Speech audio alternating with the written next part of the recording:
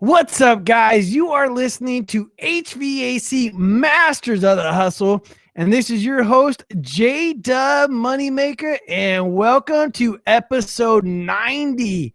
First off, man, I can't believe it's already episode 90. These weeks just come and come, and this podcast is helping thousands and thousands and thousands of people get to the next level. For all my new listeners out there, make sure you guys smash the subscribe button and make sure you tell anyone and everyone you know in the HVAC industry. And for all my listeners that hit me up every week and truly tells me how this podcast is bringing you and your company to the next level, that's what it's all about, you guys. And I say this on every podcast. I believe that everyone has a Spartan in them. It's my job, my duty, and my obligation to bring that out in you. And I have a great episode today for you. And let's welcome, he's no stranger to the hot seat. Let's welcome Uncle Joe Cursera to the hot seat. How you doing, Uncle Joe? I'm doing great, J-Dub. How's it going, brother? Man, it feels great to be right back. It's nice and warm on this hot seat. It definitely makes me feel good to be welcome back. Thank you so much. Absolutely, man. So for my listeners that are listening and tuning into the podcast, we have a great episode for you today.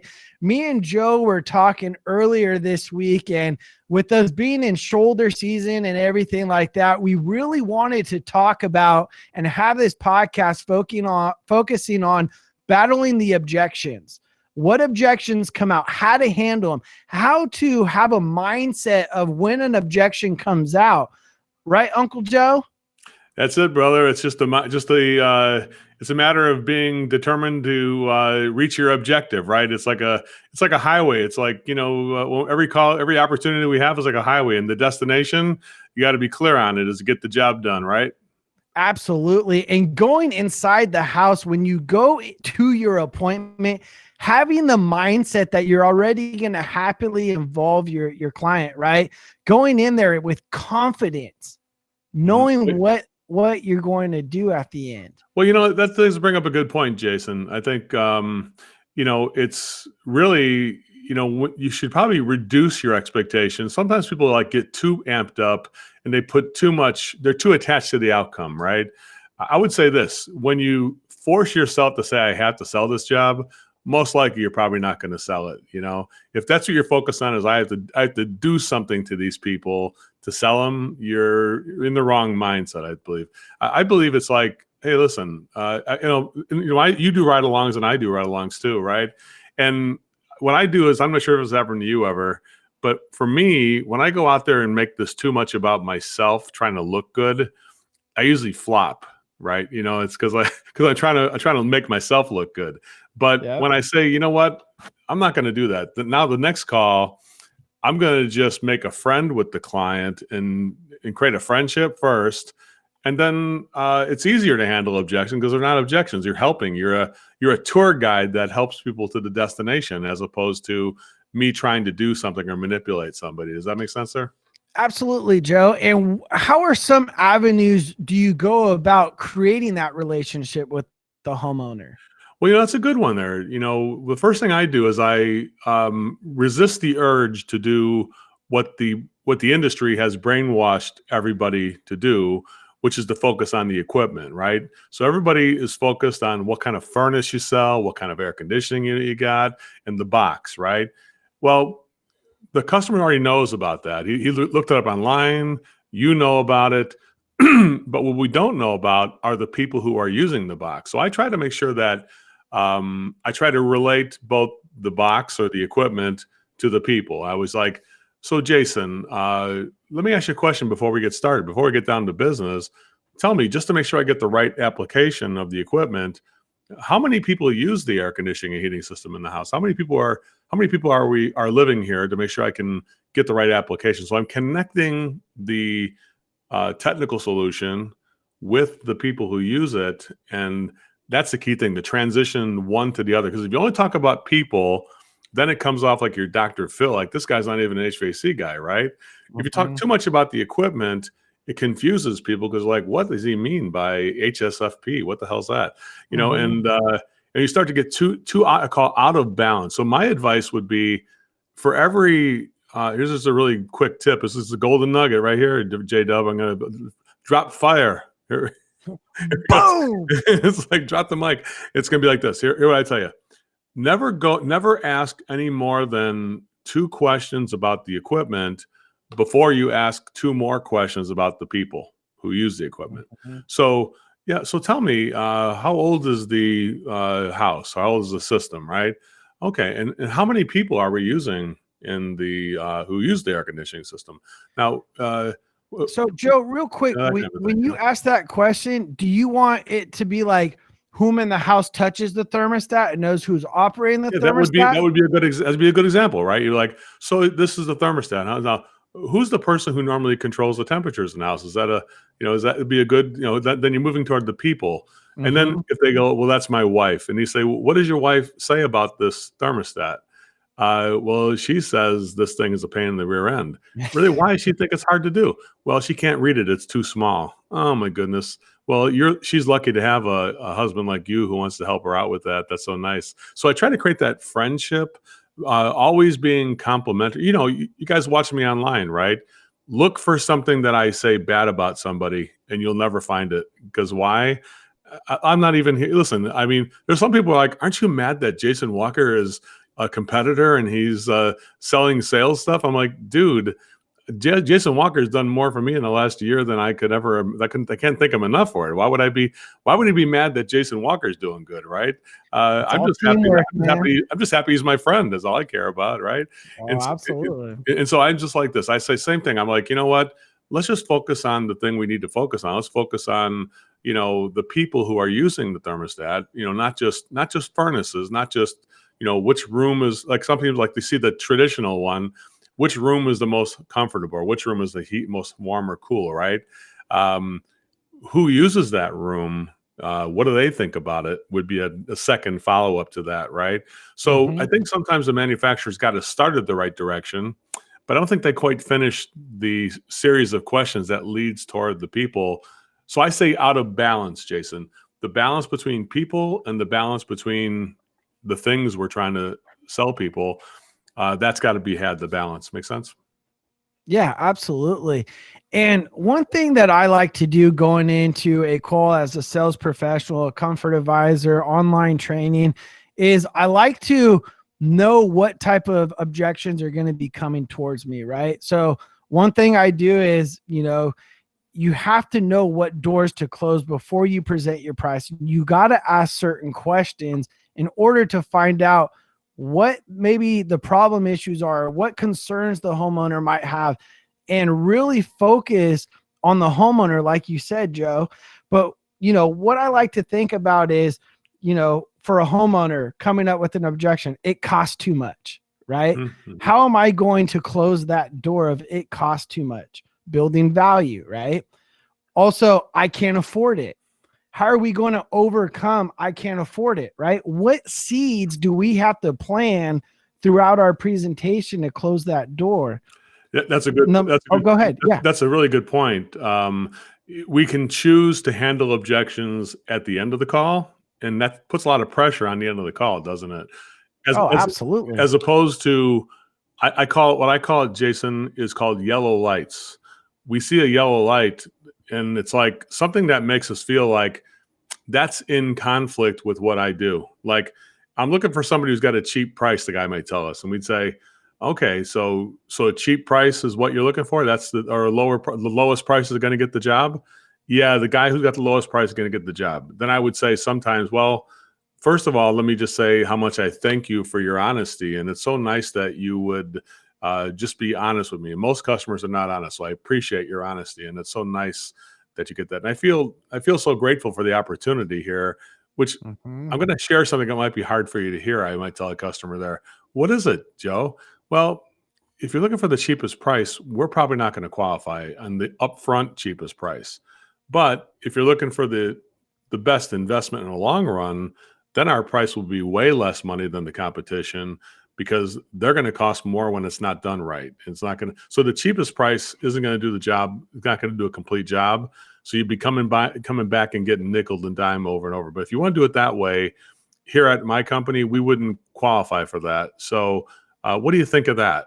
And then most people are like, yeah, you're right. Uh, you get what you pay for, right, Joe? I'm like, exactly. That's what I was hoping you'd say.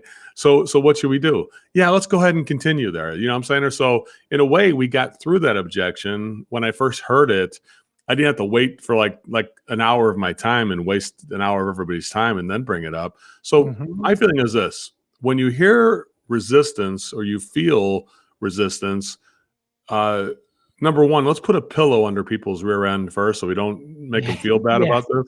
You know, you got to be like, well, let me just start by saying thank you for the opportunity and thanks for being so honest. And so I'm gonna give out roses first, right?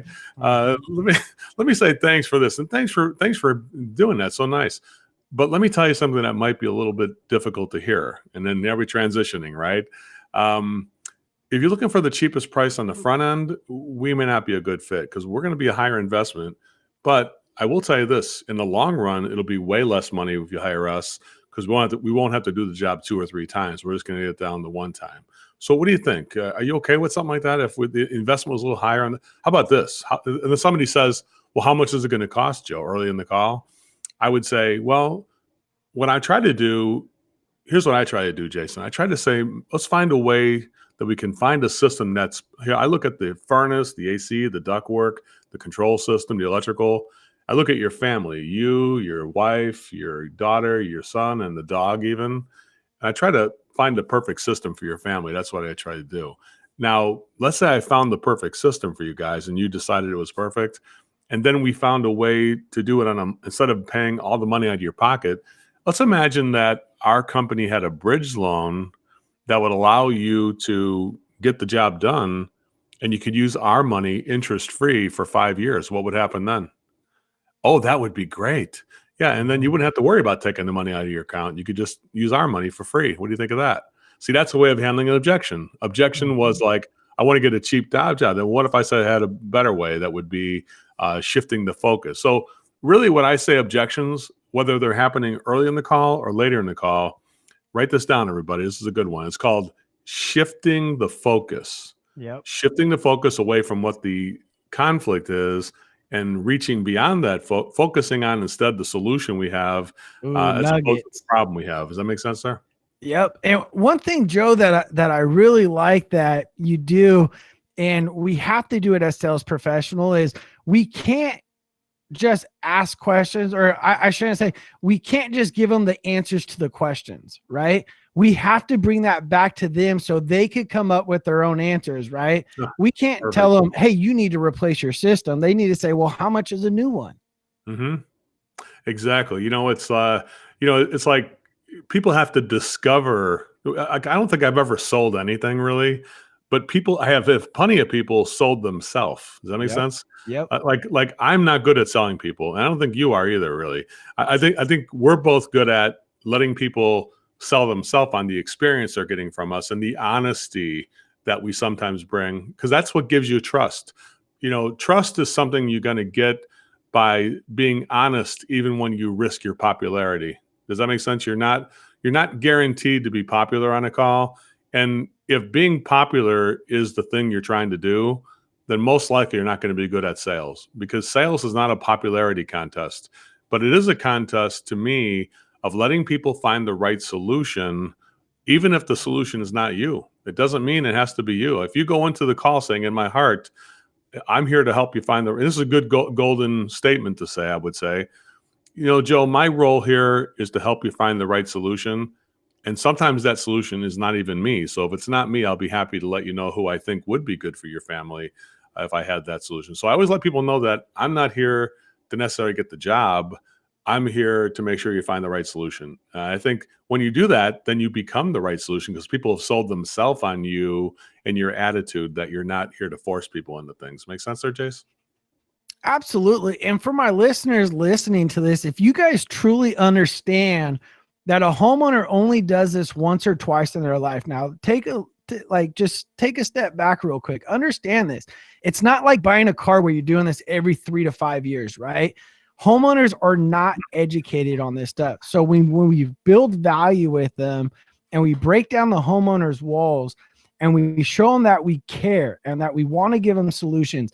And just like Joe said, that we're giving solutions for their family, right? We're tying their family back into the investment. We have to understand how we have to close these doors. And when a homeowner tells us, I need to think about it, right? Mm-hmm. A lot of comfort advisors that maybe are scared to sit in that batter's box, is what I call it, and battle the objections, they just start packing up, right? Yep. When a homeowner says they need to think about it, that means a confused mind never buys. That's what I always say. Would you agree, Uncle Joe? Totally. And, and really the sales professional, their job is to assist people to think about things. That's your job. You don't have to, guys, nobody has to be invited to do that. That's something that you should just say, I'm going to take leadership and help people as a concierge or a tour guide to help people find their way here, right? That's, if you look at objections, like people are a little bit lost right now about the price, or lost about, I'm not sure who I should go with, or I'm not sure about all these options, or I'm not sure about the company, or I'm not sure if I got the money. Like, these are things they're not sure about. Your job is to help them realize that you may not be sure about that, but here's what we are sure about. And that's called leadership, right? That's what sales and leadership are kind of intertwined, I believe, because leadership means that I know the direction to go to make us go to a safe place where you're going to be comfortable for you and your family. And we're going to find a way to make that affordable. And even though it may be a little bit more money out of your pocket overall, it's going to be something that lasts for a long time, and it's not going to be done. So in a way, if you know that's the destination you've got, then you stand on firm ground. I always say you're on a granite rock you're standing on, and that's why I never lose objections. I don't feel like I ever lose them.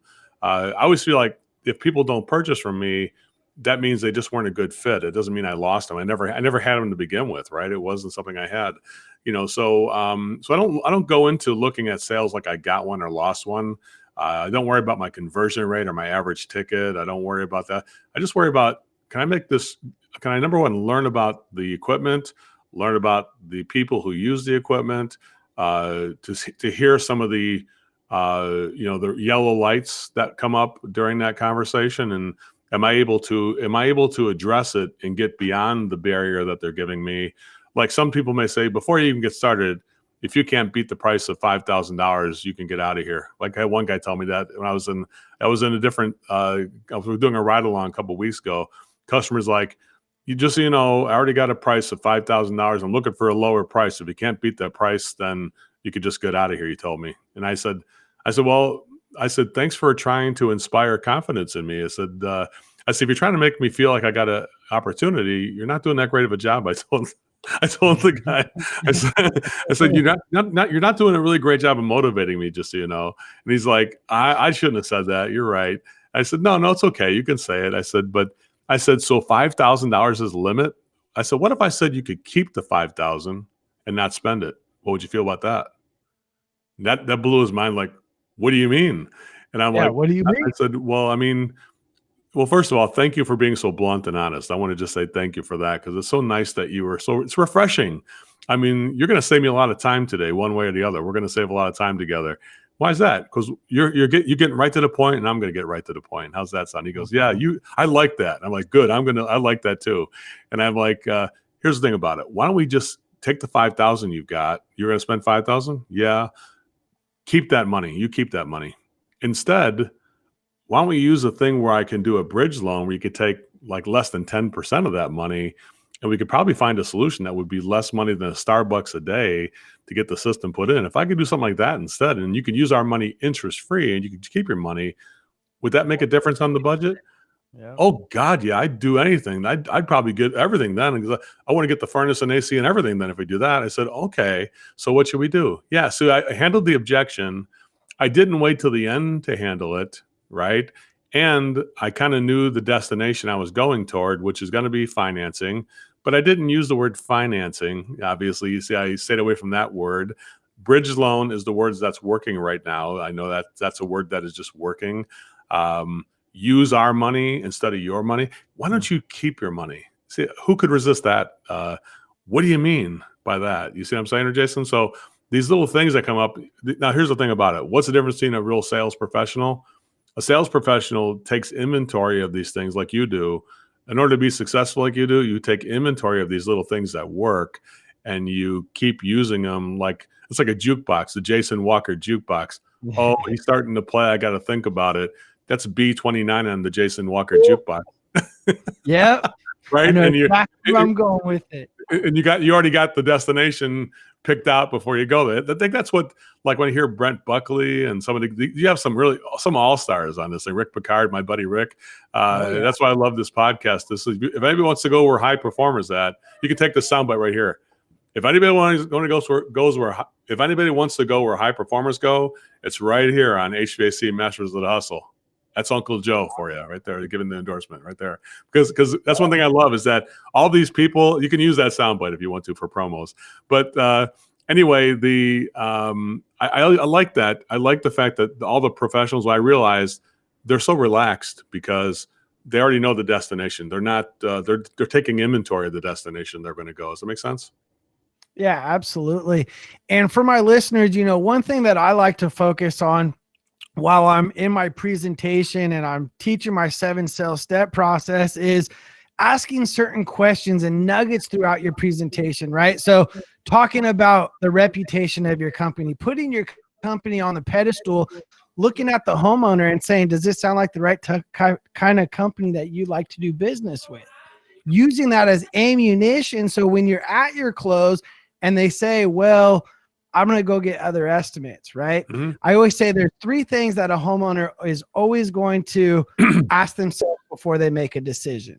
So regardless, you make a decision today, tomorrow, 6 months, 6 years down the road, you're going to ask yourself these 3 questions. Do we sound like the right company? Right? And then in my presentation, I'm going to ask that question to plant that seed. Do you trust me doing the project? Right? I'm going to ask that question while I'm doing my heat load and walking the homeowner around with me. And then with my questionnaire, I'm tying them in on a price and a budget.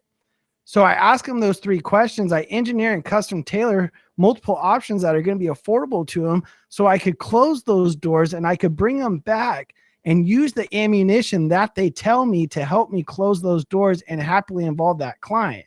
What do you think, Joe?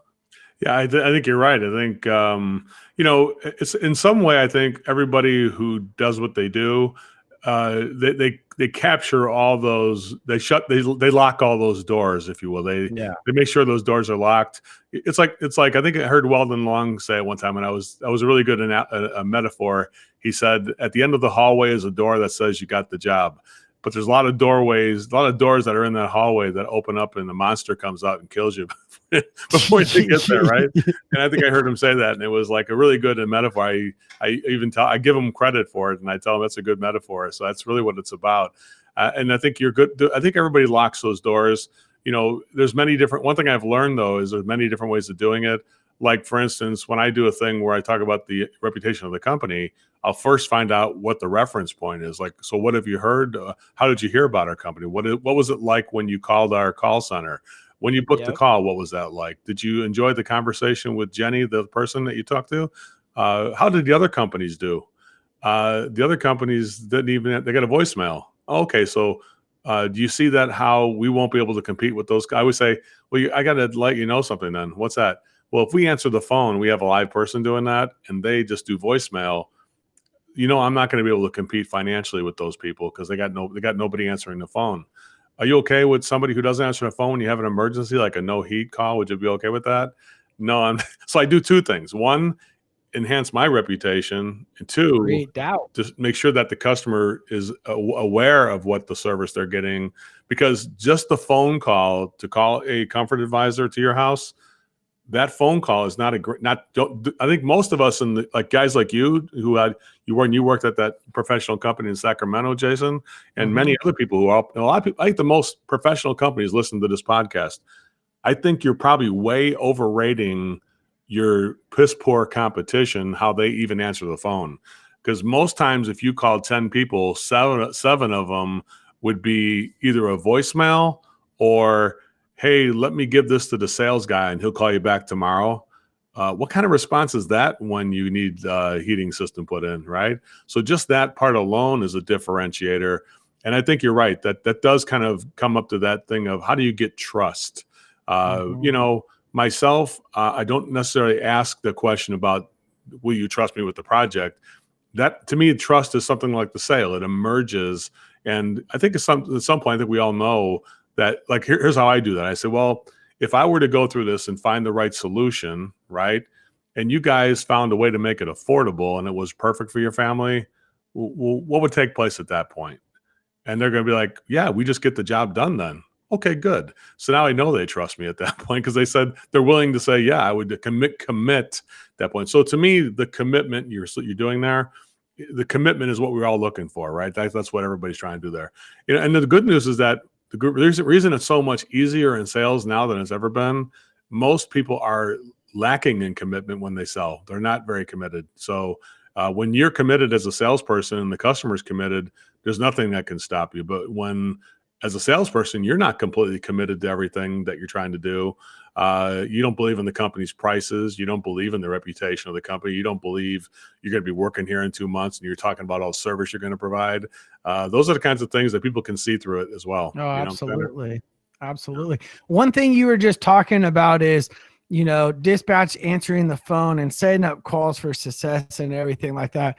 One thing I like to do, when I was a comfort advisor in the field and, talking to my dispatchers, my comfort advisors, and my technicians, and even my business owners, maybe, is calling your competitors and just seeing how they answer the phone, what type of questions they ask, right? How do they set up their calls? Maybe you guys might be losing calls, to this certain company or this certain competitor.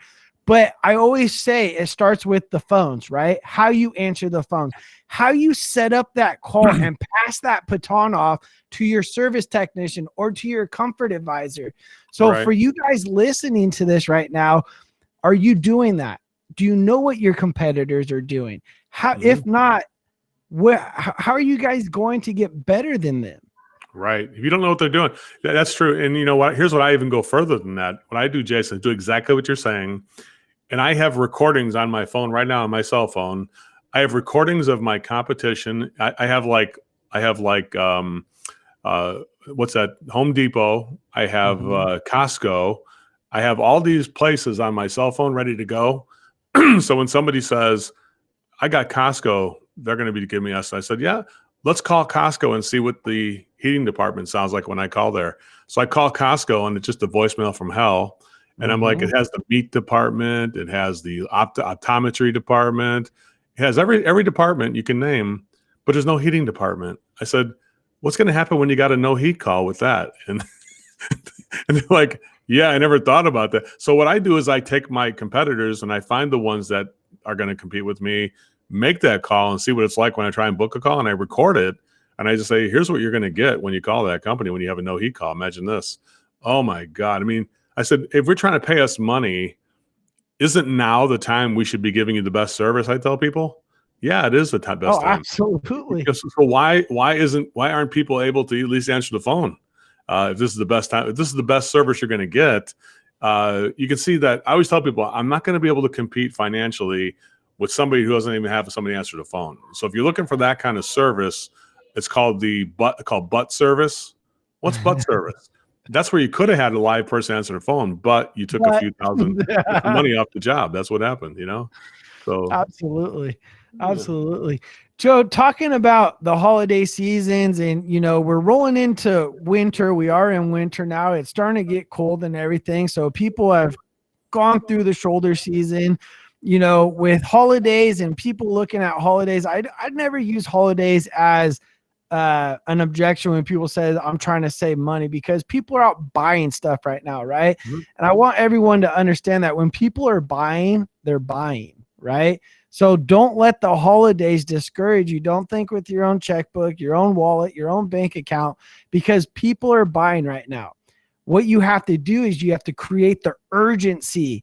Why right now is the most important time, right? Well, I tell you what, Jason, you're married, you have and you have kids and stuff like that, right? Yes, sir. So by the time, if your wife invited somebody to your house to improve something in your home, this is already sold. Why would your wife call somebody for an estimate on a new roof or whatever? Or why would you suggest, hey, honey, I think we should get an electrical estimate for a new panel? why would you do that unless you were going to buy one, right? So Mhm. when somebody, a little secret that you should all know is that when somebody calls and said they're just interested in getting a price, there's no such thing as somebody interested in buying a No, price. there's a reason why you're going out there. There's an but there is an interest in buying a furnace. I can tell you that. But they're just giving the price part of it to kind of push you back a little bit there, right? So the destination is a little secret we all should know. Nobody ever calls somebody on a day off when they got nothing to do, and exposes themselves and their family to a salesperson. That never happens, and not for us or not for them. So when they do invite you into the inner sanctum of their home, one thing you should know is you're already starting out not just as a 10, but as a 12. You're like better than somebody because you answered the phone, you booked the call, you showed up on time. This is already a good experience. I was better, it's way better than I thought I was going to get to start with. The guy is listening to me. He's not he's making my family feel good. He's petting my dog. He's all these things that we do to gain trust and things like that.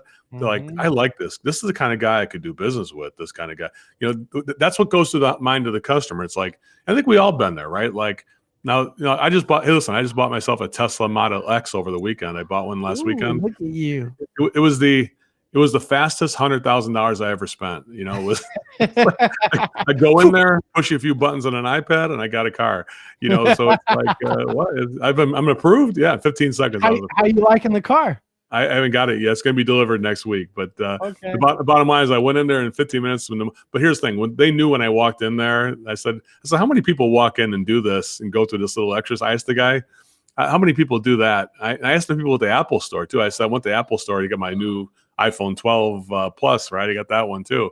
And so I went there and I asked both of them. I said, hey, when somebody comes in and goes on the iPad and starts filling things out, what percentage of people don't buy the car when that happens? And the Tesla guy goes, oh my God, I can't remember last time somebody did that.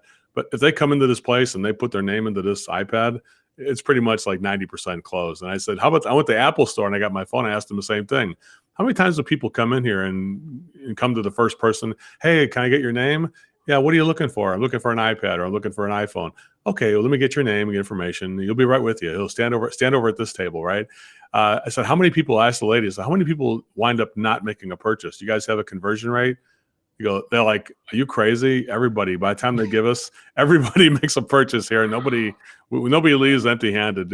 We can't imagine. They think it's like 2%, they said at the Apple store. So, that's one thing that they've taken. The attitude of the Apple employee or the Tesla employee is that you're coming in, you're leaving with a car and you're leaving with an iPad. You're not like, we're not here. The destination is to have you be happy and get the product that we sell. Absolutely. And that's the thing about it. So I think that's what you have to say. I'm not just here for an estimate. I'm here to get the job done.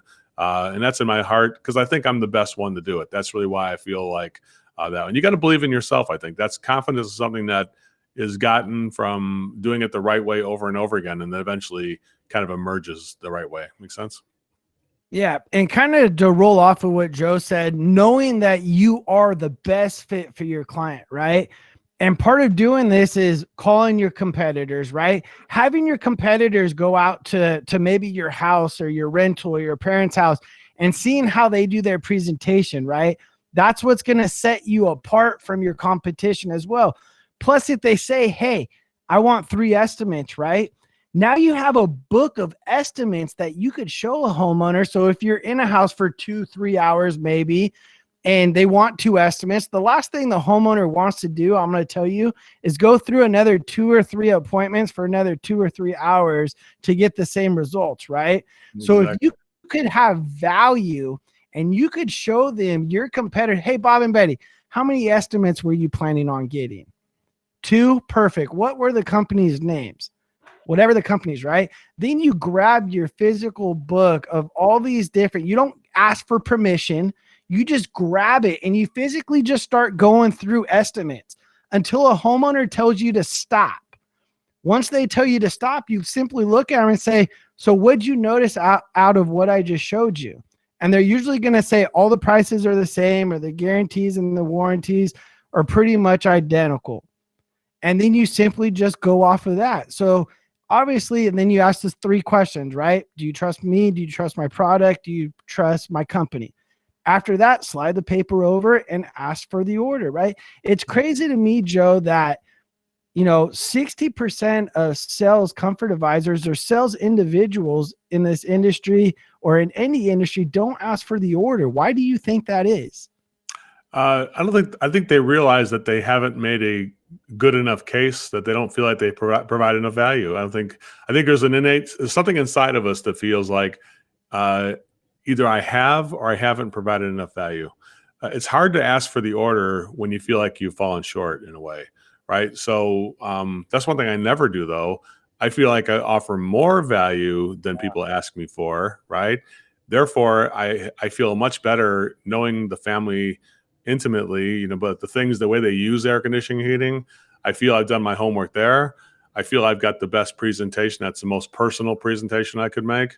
And I don't think there's anybody who's going to make it better than I will. I mean, if you and I were working in the same market, let's say doing heating and air conditioning, we would probably never even notice the other one because we would just keep selling jobs. And the only time we get irritated with our competition when we lose jobs to them, right? But if you sold jobs and I sold jobs, and you're a $5 million salesperson, I'm a $5 million salesperson, we don't even know the other one exists, right? Yep. So it's not about losing jobs to your competition. It's about you fumbling the ball and they pick it up. Like, absolutely, Jason would only know about me if I kept losing jobs and he picked up those balls. They picked up the jobs for me, and I would only know the same thing about him. I would only know that the guy from Jason, here's his proposal again. I keep getting opportunities that he misses, and that's how I know it, right? But I look at it this way: it's like if you don't feel like you're the best solution, that's what I always tell. That's why I say that to people. It makes me feel that way. Like, Joe, I'm going to help you find the right solution, even if it's not me. If I feel somebody could do this better, I'm going to let you know that. I haven't seen anybody I thought would be better, so I just be honest with that little note there, side note, that I don't think there is anybody better when I'm out there doing it. And so I just you got to believe in yourself. And I think it all comes down to you may not be able to believe in the solution so much, but you should be able to believe in the effort that you're going to make is going to be 100%. That there's nothing that's going to be left behind. I'm going to give you my cell phone number. We're going to get this job done. I'm going to follow up to make sure you're happy. I'm going to come back and visit with you and make sure that everybody's satisfied with the comfort we have. I'm not going to be afraid of my customer after we sell them something. These are something we do. And, objections are something that are just, kind of like, I call it an exit ramp in a way, Jason. It's like, I don't want to spend too much money. Let's take an exit ramp and talk about that. And then we solve that problem and get back on the main highway of getting the job done there, right? Sort of like that kind of a thing. Either use the door analogy or the exit ramp analogy. But in a way, you got to actually let's take a side path off here on the exit ramp. And when we stop at an exit on a highway, when we feed ourselves or get gas, we're literally stronger, and we get back on the highway. We got a full tank, and we've had some coffee or whatever. Joe, I love this analogy. I just want to tell you, this is gold right here. It's good. I like that one too, right? Because you're getting an exit, you're handling stuff, you're getting stronger. You've nourished yourself by getting this problem solved, and now you're stronger. You're getting back on the highway. You've got your food, you got your drink, you got your gas, and now you got ready to go on the highway. We always feel good getting back on that main exit, don't we? We get back on there again, and that's the same thing you got to look at. If your attitude is that, it's just a diversion right now, and I'm going to get off for a little bit and talk about that, and then we'll get back on again. The idea is the objective is my closing line is, well, there's the prices, so what should we do? And but I just never seen a price that high. You guys, nobody's giving me all these prices. I'm like, I know, definitely we're more premium. So what should we do? Nobody, you're the only one. I had one guy, and I was in Oceanside, a place in Oceanside, California, a couple of weeks ago, and the guy's like, you do know that your top solution for $45,000 is more than, it's like the highest guy is not, you're 5 times higher than the best guy that came out here, the highest guy that came out here. How come they aren't doing this? And I said, I just don't know. I said, here's what I can tell you. Either they didn't know about this solution where everybody could have their own personal air conditioning unit in their own room, or they didn't care about it because it's too much work, or they were just afraid because it was more money. Which one do you think it was? Yep. Yeah, it's probably just afraid. I said, well, is that what you want to do, is buy an air conditioning unit from somebody who's afraid? No, I don't. All right. So what should we do? Right. Right back to that again. So Yep, bring it back to them. I would say all roads lead back to what should we do? Right. And so whenever, and you got to remember, sometimes they're not even objections. Like let's define an objection too, Jason. This is a good one. I think this is a good moment for Yeah, everybody. I think absolutely. you got to remember, objection is only when somebody says no or not now. Right. So if they didn't say no, or they didn't say not now, then it's not an objection, right? Mhm. Like if they say, go ahead, Jason, what kind of things do you think people would throw at you that doesn't have the word no, it doesn't have the word now? You give them the prices. Here we go. So here we go, Jason. Here's all the prices. What should we do? What are some of the things that people would say that they're not saying no, I'm not going to do it, or they just say something. It's just blare it out. What kind of things what do people say? I gotta talk to my sister. Well, that's good. Well, let me ask you a question. Your sister sounds like an important person. Let me ask you a question about that. Is your sister more of a premium person when it comes to the safety and health of your family? Is she more premium? Would she be more mid-range, or do you think she'd go on the cheap? What do you think she would do? I And would then have to say mid range. mid-range. Well, here's the mid-range options we got here. So if you think she was here, and you had to take a guess, which one do you think she would like in those two mid-range options we have? Would she do the one for the $350 a month, or the $310 a month? Which one do you think she would go with? The one for 110. Quick question, Joe. So are you asking these questions this way because you know that that's truly their response and not really, their sister's response? Because that's something I was always taught. Well, I could always do this. I'd say, well, let's figure out if they know. We're going to smoke it out to see if this is something they know or something they don't know. If they say they don't know, then I could say this. I could say, well, here's what we could do. I mean, I had another guy in Oceanside, a different one I had, and the guy's like, I just need you to email all this stuff to me, and I'll get back to you. I promise I'll call you back tomorrow on this.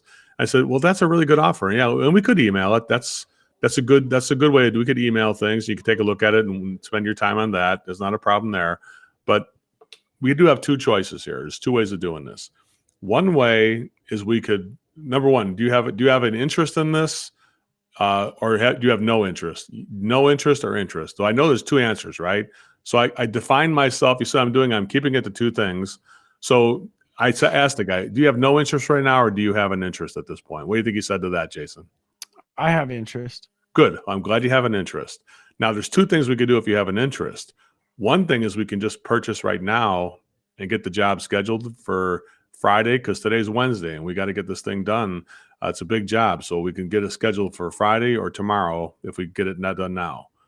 But if you wait till tomorrow, then I'd have to really go to bat for you on Friday or even Saturday and make a special thing like that.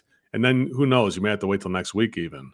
So what do you think of that? Do you think you want to do it right now? Here's what we could do. What if I said we did this? You could commit to the economy option for now, think about it overnight, and then upgrade when we come back tomorrow. What do you think of that? And he's like, that's perfect. Let's do the one for $59.82 for now, and then we'll do it tomorrow. I said, you're just a genius. I said, you're amazing. And the guy's like, okay, come back tomorrow. Let's do the one for $21,562. Oh, wow. That's what you thought about. Yeah, my wife and I, we want to do the better one. Oh, that's so nice. So in a way, it worked out. What did I do? I anchored the job and came back and got the upgrade, right? So, it doesn't have to always be like a classic, we're selling this thing now and we're over with it. Sometimes you would sell a place on the schedule now. And then come back and upgrade it type of thing, So there's a lot of, when you have the options like so one thing that we both believe in is giving people options, right, Jason? Mm-hmm. And without the options, I think you're lost. I think that's where you're screwed without the options. What do you think of that? No, I absolutely agree with that. You have to present homeowners options, your clients options, because at the end of the day, that's also what's going to separate you from your competitors, which is going to make you not shoppable. Right? Do you agree with that, Joe? Yeah, I always tell people, some people hey, I'm going to get three options. You're the first guy, and I'm going to get three options. And I always kind of force the envelope. I go, so today we're just going to give prices. So there's no possible way you could make a purchase today. no matter what I did, there's nothing I could do today to make a purchase. I always ask them that. And they go, well, I wouldn't say that. Well, what would you say? Well, I mean, if you had, I just want to get prices from different people around the area. Well, I mean, if I said I already shopped the area and our company's been around for a long time and we already have all the prices, and I could show you the competition's prices and our prices at the same time, what would happen then? Mm-hmm. Well, I mean, yeah, I'd like to get this job done. If you could do that, you'd save me a lot of time too. You would. Okay, so what should we do? Yeah, let's just get this thing wrapped up today then. And then and then it went like that, So, just like that. It's like, why are we letting a small little barrier like that? It's a yellow light. We have to do a little exit ramp, have a little conversation about that, and get back on the main highway. Make sense? Absolutely. Absolutely. That makes sense. Now, Joe, let me ask you. You didn't want to go back to that holiday thing, right? You want to talk about that a little bit? To make sure Let's talk about that. Yep. Yeah. So one thing I always say is that in this case, if you got it in your brain that the holidays are going to be a problem, if you think it's a conflict, or it's a yellow light starting out for you, my advice is this. My advice is you put the objection first and let the customer handle that objection. So if you say, so Joe, what's going on? I'm looking for a new furnace. And you could say something like, Joe, do you think it's really a smart idea to get a new furnace before the holidays? What do you think what's the reason why you're going to do it right before the holidays? Is there a reason why getting a furnace before Christmas is such a good idea? And that makes the customer, forces them to solve that problem, right? I'm putting the problem out there, not you. I'm giving the objection. That's a mind blower, right? Absolutely. Joe, I mean, is it really a good idea to get the furnace before Christmas? Oh yeah, we have to get it done before Christmas. Really, why? My wife is going to kill me if I don't get this thing done. Her mom's coming in out of town too, and we have to get it done. Okay. See, now, how do you feeling about Christmas, right? Mm-hmm. All you had to do is ask, if you have it in your brain that Christmas is a bad time to buy, just convert it and twist it. That's all you got to do. Just say, hey, let me put that out there and see what people think of that. Somebody says, I already got 3 estimates. I had a guy last couple of weeks ago said, I already got an estimate from 3 other companies last year, but now we're ready to move forward. So I called your company. I'm like, well, let's stop right there a little bit. Let's pump the brakes there. I said, what did you get from the other companies that you didn't make a purchase last year? What changed? Mm-hmm. What's the reason why we're not doing that? I mean, what am I going to say if you already got 3 people that you already got? Well, those guys were just idiots. And I heard that. I'm like, oh, what? I didn't mean to have that come out. What have you heard about our company? I heard you guys are the best. My neighbor uses it. He's usually like for 14 years. He knows you guys. Okay. See, all that stuff comes out because I actively questioned what I was hearing and I didn't just bypass it. I think, Jason, you ride with guys and I ride with guys. How many times do you hear a customer say something to your salesperson that's with you, and you would have questioned it, but he just lets it go? How many times do you be like, man, why didn't you ask that? All the time. And that's the one thing that when you ride along with these guys is you do have to let them fumble. You do have to allow them to fall, right? But it's our job to pick them up, to coach them. We walk outside. Hey, try this when you walk back in there. Yeah. The thing about it that I've noticed, and you could tell me if you've noticed this, is a lot of technicians and a lot of comfort advisors really create their own objection. Now, when I say that, they get dispatched a call, right? It comes in on their phone and they read that it's a, 15-year-old rental tenant's going to be there. Homeowner lives 4 hours away, right? Mm-hmm. To me, that's opportunity, right? Because that's my mindset.